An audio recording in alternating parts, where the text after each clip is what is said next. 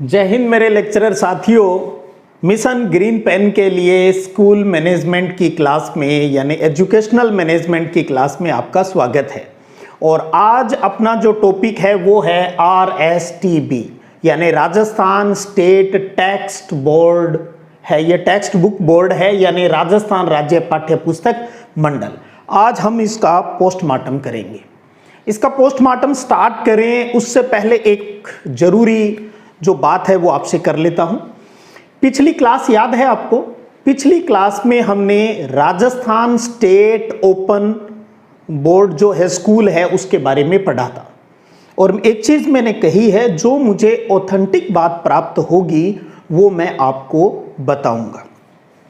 उसमें हमने एक बात की थी कि जो पहली बार में जो टॉप करते हैं लड़के और लड़कियां यानी महिला और पुरुष की बात होती है, ओपन बोर्ड की बात कर रहा हूं, थोड़ा गौर से सुनिएगा। उनमें महिलाओं को दिया जाता है मीरा पुरस्कार और पुरुषों को यानी लड़कों को दिया जाता है एकलव्य पुरस्कार। याद आ गया? अब जो मेन बात आपको बताने जा रहा हूं उसके ऊपर गौर कर लीजिएगा। ये पुरस्कार मीरा और एकलव्य पुरस्कार ये स्टेट लेवल, डिस्ट्रिक्ट लेवल और ब्लॉक लेवल तीनों लेवल पर अब दिया जा रहा है। गौर कीजिएगा, मैं रिपीट करना चाहूंगा इस बात को। स्टेट लेवल पर 3 लड़के 3 लड़कियां, डिस्ट्रिक्ट लेवल 3 लड़के 3 लड़कियां, ब्लॉक लेवल गौर कीजिएगा ब्लॉक लेवल पर 3 लड़के 3 लड़कियां।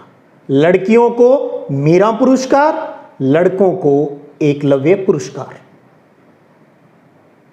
हैरान से हो रहे हो सकता है आपको अभी जो बाजार में बुक्स आएगी उसमें अभी ये अपडेशन हो सकता है नए मिले, और हो सकता है किसी बुक में मिला हो जो कोई मेरी सीध में भी नए आई हो, तो वो तो अब आप ही निर्णय करेंगे। तो ध्यान दीजिएगा, तीनों लेवल पर है। अब 2021 में अब दिया जाएगा क्योंकि उसके आंकड़े हैं वो अब मांगे हैं, अभी 3-4 दिन पहले ही मांगे हैं भी। इस बार जो 2021 वाले जो टॉपर है उनको ब्लॉक लेवल पर भी ये अवार्ड है वो हम देंगे। स्टेट लेवल पर 3 बच्चे होंगे उनको 21,000 और फिर दोनों को 11,000 और 11,000 मिलेंगे। डिस्ट्रिक्ट लेवल पर है वो टॉपर को 11,000, बाद वाले दोनों को 5100 और ब्लॉक लेवल पर जो टॉपर होगा उसको 5100 रुपए और बाद वाले दोनों को 3100 रुपए दिए जाएंगे। तो ये आप अपने नोट्स में इस चीज को ऐड है वो कर लीजिएगा। अपने जो नोट्स है उसके अंदर तो मैंने ऐड करके दे दिया था, वीडियो के नीचे डिस्क्रिप्शन में हर टॉपिक का जो नोट्स हैं वो उसका लिंक लगा देता हूं, आपने देख लिया होगा, वहां पर तो मैंने अपडेट कर दिया था। वीडियो में पढ़ाते समय इसलिए नहीं किया क्योंकि उस दिन तक जिस दिन मैंने बनाया था मुझे फाइनल जानकारी है वो जयपुर से प्राप्त नहीं हो पाई थी। अब सब कुछ क्लियर हो गया है तो मैंने आज आपको ये बता दी है, तो थोड़ा सा उस पर भी गौर कर लीजिएगा। चलिए अब आज का टॉपिक स्टार्ट कर लेते हैं। आज का टॉपिक है राजस्थान राज्य पाठ्य पुस्तक मंडल RSTB। फुल फॉर्म पता होना ही चाहिए। और आपको पता है ये जितने भी टॉपिक है अपने राजस्थान का शैक्षिक परिदृश्य में उसका संगठनात्मक ढांचा और वर्क ही तो अपने सिलेबस में है, और साथ में पढ़ना है उसकी स्थापना के बारे में। तो वहीं से अपनी बात स्टार्ट कर लेते हैं। तो राजस्थान सरकार ने एक प्रशासनिक आदेश जारी किया था 1973 के अंदर 1973 में, और उस प्रशासनिक आदेश से ही 1973 में RSTB का गठन कर दिया था। और इसका जो रजिस्ट्रेशन है वो कब हुआ ये तारीख याद रखिएगा, 29 दिसंबर 1973 को इसका रजिस्ट्रेशन हो गया। और रजिस्ट्रेशन एक एक्ट जो अपना रूल्स बने हुए उसके तहत होता है, ये भी ध्यान रखिएगा। किसके तहत इसका रजिस्ट्रेशन हुआ? राजस्थान संस्था पंजीकरण अधिनियम 1958 के तहत 29 दिसंबर 1973 को इसका रजिस्ट्रेशन हो गया। और ये एक ऑटोनोमस बॉडी है यानी एक स्वायत्त शासित संस्थान है जो कि अपनी जो प्रारंभिक शिक्षा है उसके अधीन ये कार्यरत है। तो 29 दिसंबर 1973 को रजिस्ट्रेशन हुआ, लेकिन विधिवत रूप से इसने जो अपना काम स्टार्ट किया वो तारीख है 1 जनवरी 1974। अब कोई प्रश्न एग्जाम में आए उसका उत्तर 1973 होगा 1974 होगा, ये क्वेश्चन की भाषा पर डिपेंड रहता है। आप किसी प्रकार की कोई कंट्रोवर्सी में मत पड़िएगा। 1973 में गठन हो गया, 1974 से इसने विधिवत काम करना स्टार्ट कर दिया। अब बात एक वो भी बच गया अपना भी, RSTB का मुख्यालय कहाँ पर है, तो जयपुर में भी है, और जयपुर में भी लोकेशन देखें तो झालाना डूंगरी के अंदर इसका है वो ऑफिस है।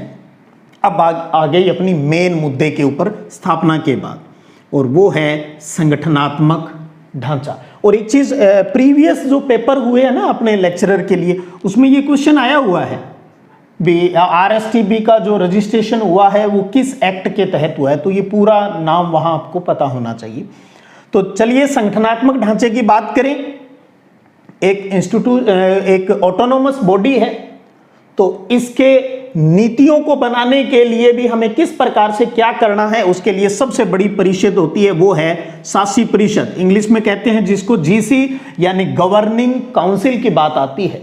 इसकी गवर्निंग काउंसिल में कुल मेंबर हैं वो 12 हैं भाई, ये भी ध्यान रखिएगा आप, जिनमें से 9 तो पदेन है यानी किसी न किसी पद पर हैं वो, और 3 है वो इसके अंदर मनोनीत किए जाते हैं, जो कोई एक शिक्षाविद हो सकता है, कोई विद्यालय शिक्षा का अच्छा जानकार हो सकता है, कोई प्रकाशन और मुद्रण संबंधी जिसके बारे में अच्छा अनुभव हो, वो कोई भी 3 इनके मनोनीत किए जाते हैं गवर्नमेंट के द्वारा।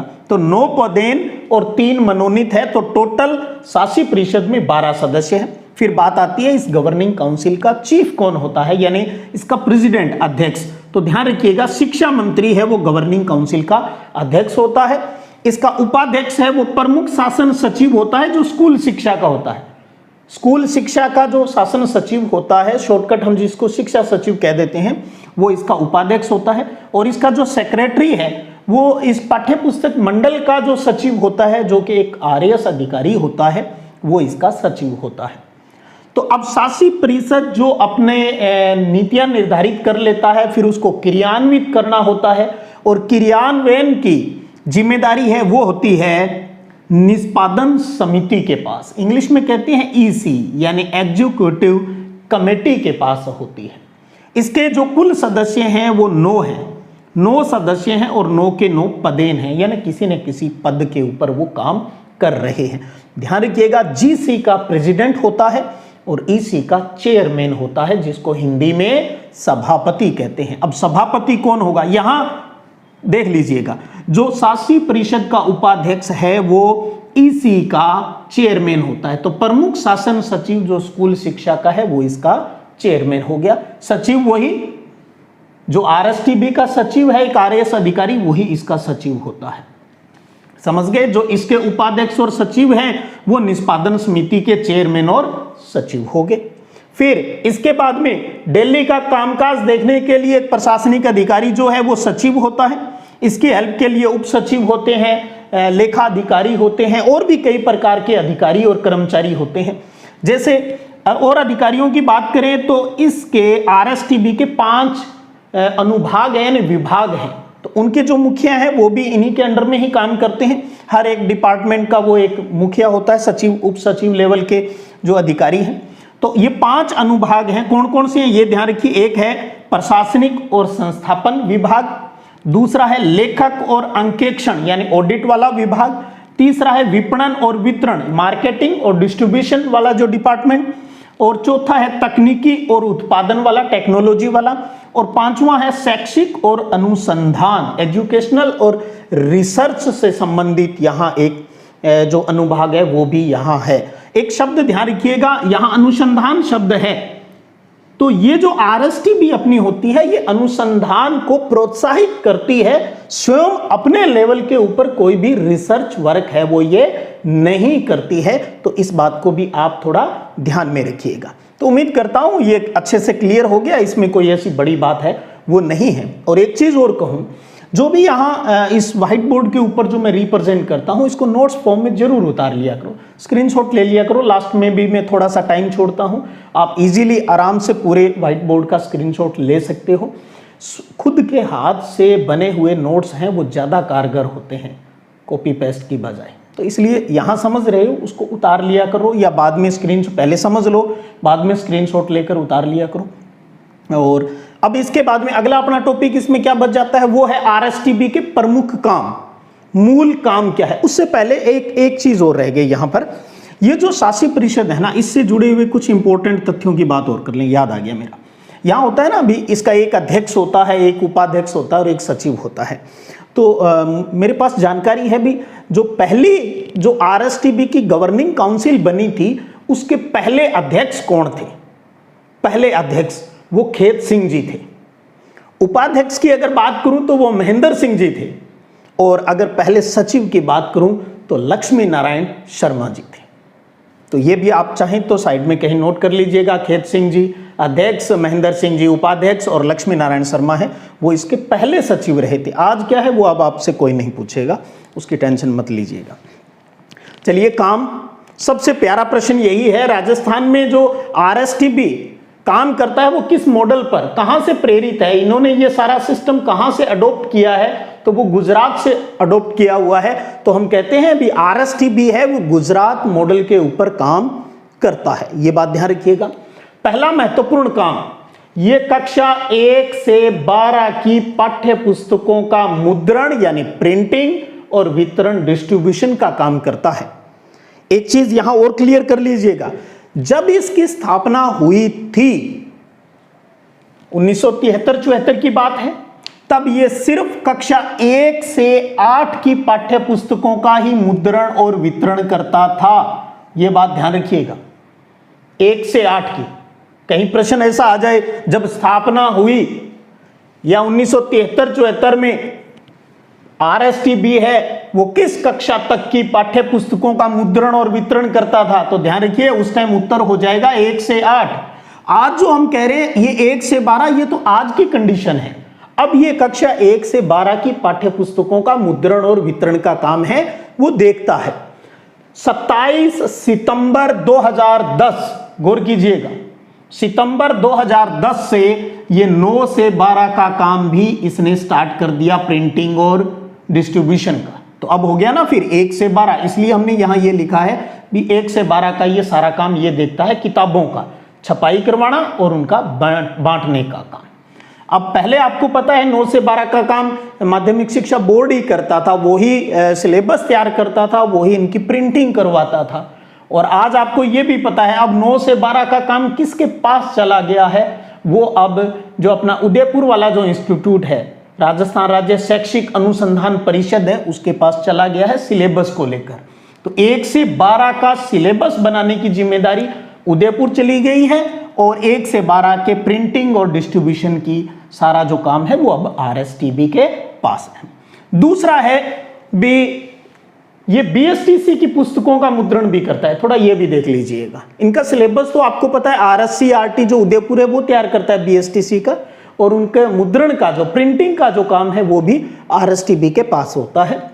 और एक और important, no loss no profit, no loss no profit, न लाभ और न हानि के सिद्धांत पर काम करता है। इसका मतलब क्या है? इसका मतलब यह है भैया, जितना छपाई में खर्चा लगता है उतना ही आपसे लिया जाता है। तो यहां आरएसटीबी को इनकम के लिए है, वो कोई सोर्स नहीं है। तो नो लॉस नो प्रॉफिट के सिद्धांत पर यह काम करता है। और क्या करता है, ये जो अच्छे लेखक हैं, समीक्षक हैं, चित्रकार हैं, उनके साथ ये अनुबंधन भी करता है। अब आप सोचेंगे ये कहां से आगे? भाई आप जब किताब देखी है ना आपने, किताबों के बीच में जो सुंदर सुंदर डायग्राम, कोई कार्टून, अलग अलग चीजें बनी हुई होती है, तो उनको बनाने के लिए भी तो समीक्षक, चित्रकार, उनकी जरूरत होती है। तो उनका जो अनुबंधन है वो भी आरएसटीबी करता है। अपने सभी कामों के लिए कार्मिकों की नियुक्ति भी करता है। अपनी किताबें छापनी है उसके लिए धन की जो व्यवस्था है वो भी आरएसटीबी करता है। उसके बाद पुस्तकों के निर्माण, मूल्यांकन और वितरण में अनुसंधान कार्य को केवल ये प्रोत्साहित करता है। ध्यान रखिए, खुद ये किसी प्रकार का रिसर्च नहीं करता, रिसर्च को बढ़ावा देता है, खुद रिसर्च नहीं करता। उसके बाद बात करें निःशुल्क श्रेणी की पाठ्य पुस्तकों को सरकारी स्कूल और मदरसों तक पहुंचाना, इसको हम थोड़ा सा अभी गौर कर लेते हैं इस पर अच्छे से। निःशुल्क श्रेणी की पाठ्य पुस्तकों को सरकारी स्कूल और मदरसों तक पहुंचाने की जिम्मेदारी आरएसटीबी की है।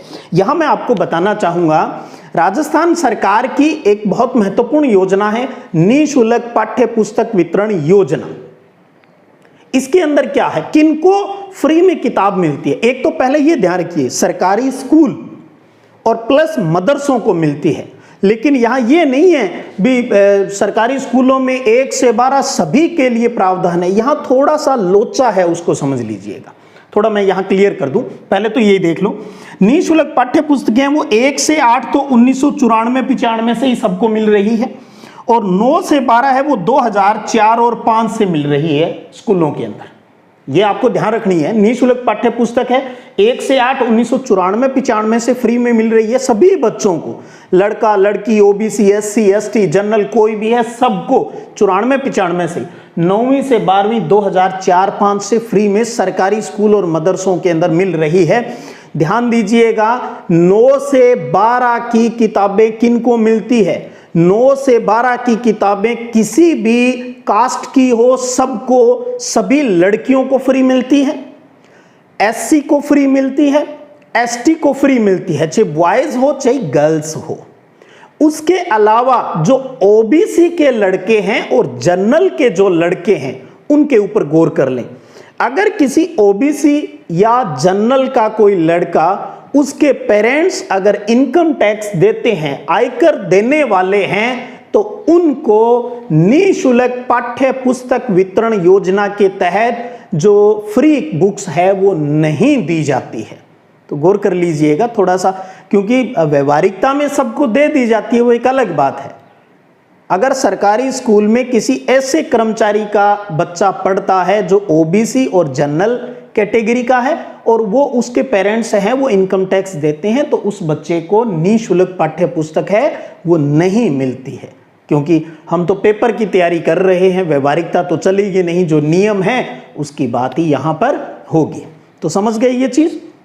उसके अलावा सरकारी स्कूलों के स्टूडेंट तक और 1 से 8 के मदरसों तक हमने किताबें पहुंचा दी।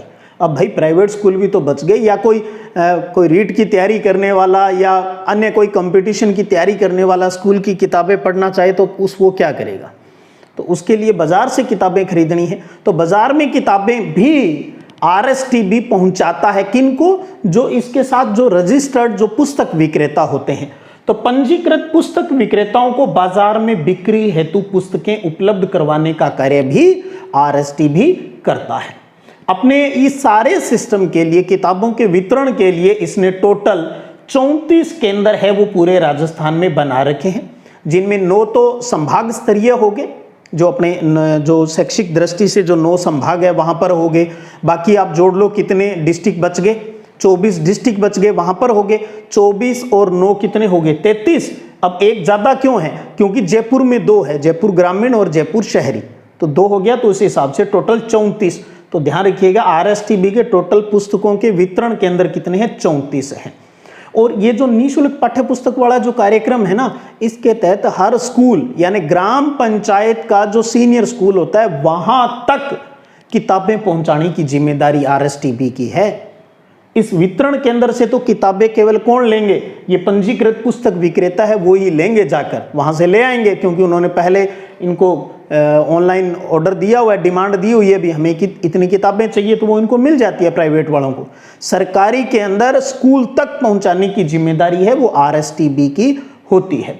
इसके अलावा लास्ट में एक बात और कर लें, इस आरएसटीबी के पूरे फंक्शन को चलाने के लिए जो अपनी शासी परिषद है ना, जो मेन सबसे बड़ी पावरफुल जो कमेटी जो काउंसिल है इसकी, उसने आरएसटीबी के कार्यों की एक नियमावली बनाई थी, और ये नियमावली 1 अगस्त 1997 से राज्य के अंदर लागू है। तो थोड़ा सा इसको भी देख लीजिएगा, 1 अगस्त 1997 से लागू है। और इसमें अगर नियमों में कोई संशोधन करना है तो आप, ये कॉमन सेंस की बात आपको पता है, वो पावर किसके पास रहेगी? बड़ी जो काउंसिल है, जहां भाई जनता द्वारा चुने हुए प्रतिनिधि पहुंच जाते हैं तो पावर उनके पास ही चली जाती है। तो कहीं इस प्रकार की बातें कभी लोचा आ भी जाए ना, तो सोच लिया करो भैया जनता का चुना हुआ प्रतिनिधि कहाँ है? शिक्षा मंत्री जी बैठे हैं, तो इसका मतलब पावर किसके पास होगी? जीसी के पास है, वो होगी। तो ये था आज का अपना टॉपिक आरएसटीबी, उसकी स्थापना, संगठनात्मक ढांचा और उसके फंक्शन को हमने अच्छे से जाना है। तो थोड़ा सा नोट कर लीजिएगा, नोट्स आपको आज या कल इसके नीचे डिस्क्रिप्शन का जो लिंक है वहां पर आपको मिल जाएंगे, नोट्स साथ में मिल रहे हैं आपको। और एक मैंने स्टार्टिंग में ही राजस्थान स्टेट ओपन स्कूल के बारे में जो नई जानकारी थी वो उपलब्ध करवा दी थी आपको, तो उसको भी आप थोड़ा सुनकर नोट कर लीजिएगा। चलिएगा, फिर मिलेंगे। अच्छी चल रही है ना तैयारी? लगे रहिएगा, तैयारी अच्छी ही चल रही है, हर टॉपिक से बात कीजिएगा। चलिएगा, फिर मिलेंगे, तब तक जय हिंद, जय भारत।